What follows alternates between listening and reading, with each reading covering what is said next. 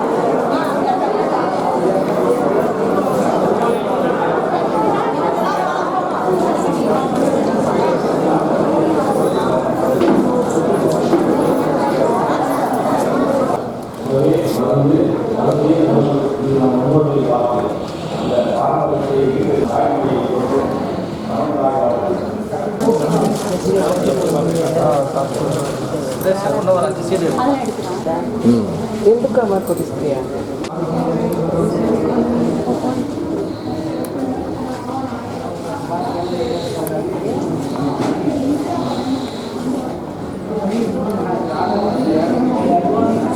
முதலில் நாம் வந்திருக்கக்கூடிய சிறப்பு விருந்தினர்கள் உள்ளிட்ட விவசாய பெருமக்கள், பத்திரிகை நண்பர்கள், மாணவ மாணவிகள், துறை சார்ந்த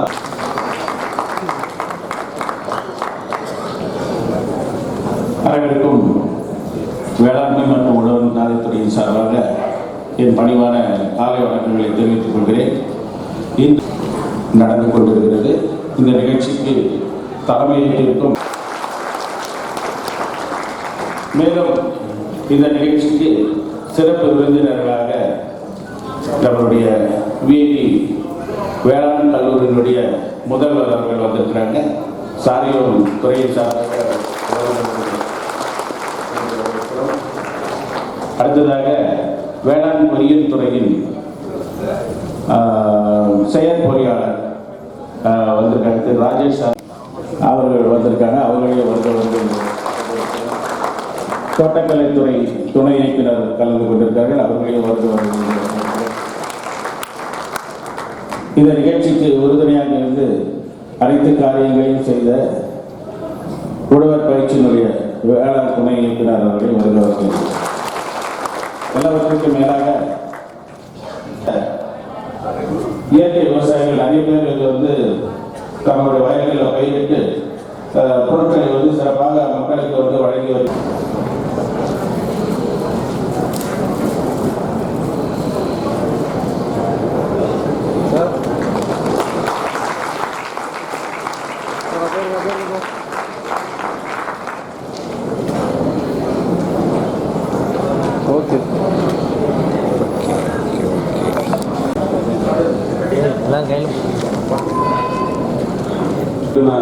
வேளாண்மை மற்றும் விழிப்புணர்வு கண்காட்சி மற்றும் கருத்தரங்கினை மேலாண்மை முறைகள்லாம் வந்தன.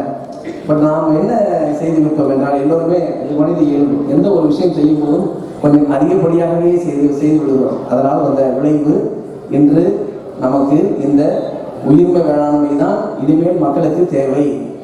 அந்த ரசாயனம் கலந்த செயற்கை வேளாண்மை முறைகள் அறவே ஒழிக்கப்பட வேண்டும் என்று சொல்லுகின்ற அளவுக்கு இன்று நமக்கு அதற்குரிய தேவை அதிகரித்து விட்டது. முக்கியமான காரணங்கள்னு சொல்லப்போனால், மனிதர்கள் சாப்பிடக்கூடிய அடிப்படை உணவு ஆதாரமே வேளாண்மையிலிருந்து வருது. ஸோ அடிப்படையில் அங்கதான் தவறு நடத்தக்கூடாதுங்கிறதுக்காக தான் இந்த உயிர்மை வேளாண்மை வந்து. அது மட்டுமல்ல, சுற்றுச்சூழலும் முக்கியமாகிவிட்டது.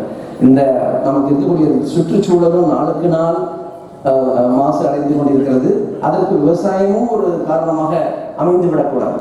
உதாரணத்துக்கு சொல்லப்போனால், இந்த நெல்லை பற்றி சொல்லும்போது அதிக தண்ணீரை தேக்கி நம்ம விவசாயம் சாகுபடி செய்வதனால வந்து இந்த மீத்தேன் என்று சொல்லக்கூடிய நமக்கு நமக்கு தீங்கு விளைவிக்கக்கூடிய அந்த வாயு வளிமண்டலத்திலே பெருகிக் கொண்டே இருக்கிறது என்று சொல்கின்றோம். அதுமாரி எல்லா விதமான காரணிகளையும் உள்ளடக்கி பார்க்கும்போது இனிமேலுக்கு இதுவரைக்கும் நாம் செய்து வந்த இந்த விவசாயத்தை அப்படியே செய்ய முடியாது.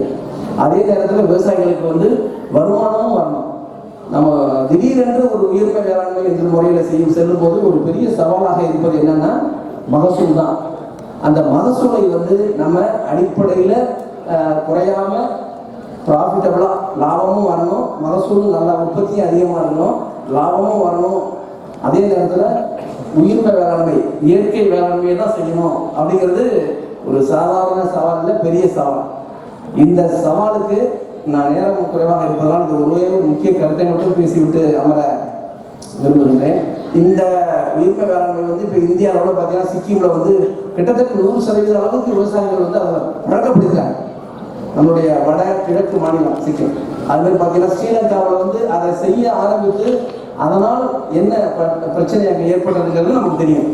அதற்காக இந்த உயிர்மை வேளாண்மை முறையை நாம் கைவிடக்கூடிய அந்த பகுதியில் வேணா சில நடைமுறை சிக்கல்கள் இருந்திருக்கலாம். அதை நினைத்து யாரும் நம்ம பயப்பட வேண்டியதில்லை. இப்போ இந்திய அளவில் வேளாண்மை துறை நிறைய இந்திய அரசு மற்றும் தமிழக அரசின் மூலமாக வேளாண்மையில இந்த உயிர்மை வேளாண்மை, அங்கக வேளாண்மை, இயற்கை வேளாண்மை செய்கிற விவசாயிகளுக்காக நிறைய மானியங்கள் கொடுத்துட்டு இருக்காங்க, பயிற்சிகள் கொடுத்துட்டு இருக்காங்க, நிறைய திட்டங்கள்லாம் இருக்கு. அதை பற்றி எல்லாம் வேளாண் துறையில பேச போறாங்க. நான் சொல்ல விரும்புறது ஒரு விஞ்ஞானி என்ற முறையில இந்த இந்த இதுக்கெல்லாம் ரொம்ப அடிப்படை காரணமாக இருப்பது ஒண்ணுதான். தட்பவெப்ப நிலையை விட இன்னும் முக்கியமாக பேச வேண்டியது மண் தான்.